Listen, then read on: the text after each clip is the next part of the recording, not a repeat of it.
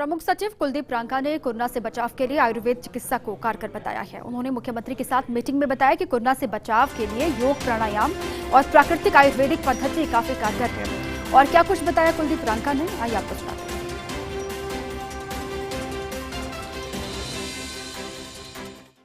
राजेश जी, आवाज आ रही है? सर आ रही है। तो मैं अपना कोरोना का स्वयं का अनुभव थोड़ा साझा कर लेता हूं सर। मुझे सर प्राकृतिक चिकित्सा और योग में काफी विश्वास रहा है सर। तो मैंने सर केवल आरटीपीसीआर टेस्ट करवाया था सर। उसके अलावा भंडारी साहब ने काफी कोशिश की कि मैं सीटी स्कैन कराऊं, तो मैंने उनको कहा मैं पहले प्रयास करता हूं, अगर कोई आवश्यकता होगी तो ही कराऊंगा। तो उसके बाद में सर मैंने जो मुख्य रूप से अपने आप को ठीक करने के लिए सर जो पिछले कुछ सालों में सीखा है, हमें सर मेन कोरोना में जो समस्या आती है एक तो नाक में सर और गले में और लंग्स में होती है सर। पहले सर नाक से और गले से ये प्रवेश करके लंग्स में फिर कठिनाई पैदा करता है सर।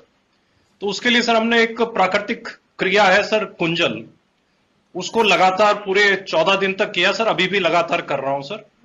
कुंजल में सर भूखे पेट सुबह है नींबू के जो निवाया पानी होता है सर, ल्यूकवार्म वाटर, नींबू और नमक डाल के 6-7 गिलास पिया जाता है और फिर उल्टी करके बाहर निकालते हैं सर। तो जिससे सारा शरीर का कफ जो अंदर होता है सर वो, और नाक के छिद्र और गला है सर, वो बिल्कुल क्लियर हो जाता है सर।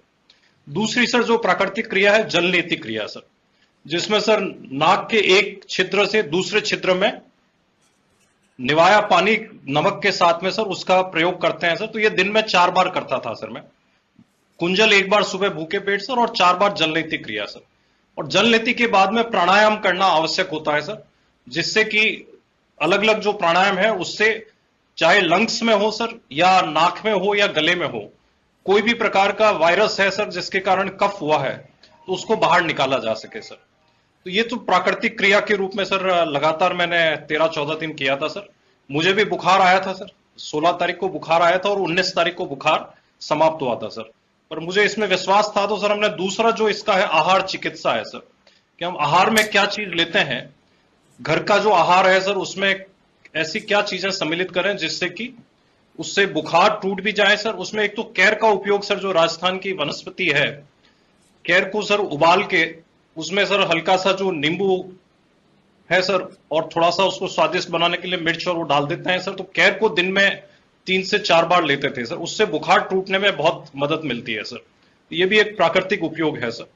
इसके अलावा सर जो दोनों नाक के छिद्र है, इसमें सर जो घी होता है उसको गर्म करके चम्मच में लगातार सर हर प्राणायाम के बाद में नेसल छिद्र में डालने से सर कोई भी प्रकार का जो है सर कफ उसमें रहता नहीं है सर, वो क्लियर हो जाते हैं। तो ब्रीथिंग में कोई प्रॉब्लम नहीं आती है सर।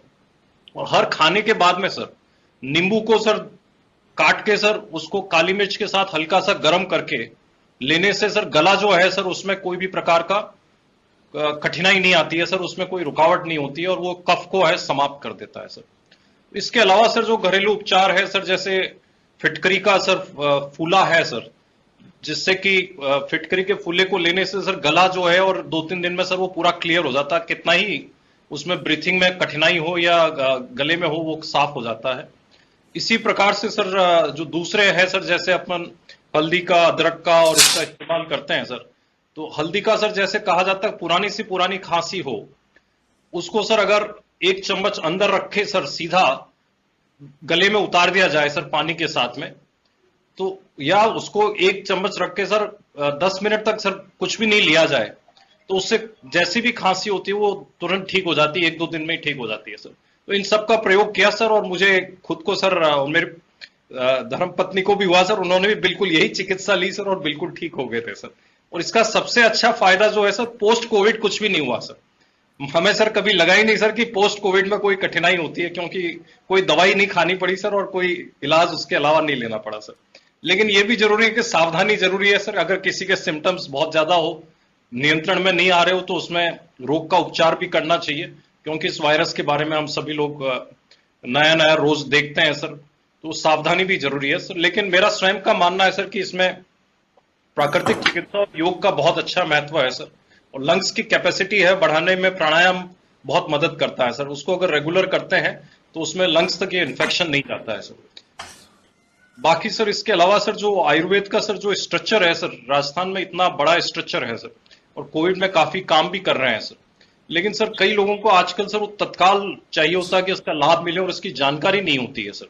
तो जानकारी सर ये एक मौका है सर कि इस त्रासदी में सर एक अपॉर्चुनिटी है कि आयुर्वेद को और प्राकृतिक चिकित्सा को या यूनानी चिकित्सा और होम्योपैथी को सर इसको आगे अगर बढ़ा सकते हैं, इस समय लोग हैं इसको अपना सकते हैं, जीवन शैली में भी बदलाव ला सकते हैं, क्योंकि काफी कुछ सर ये जीवन शैली से भी जुड़ा हुआ है।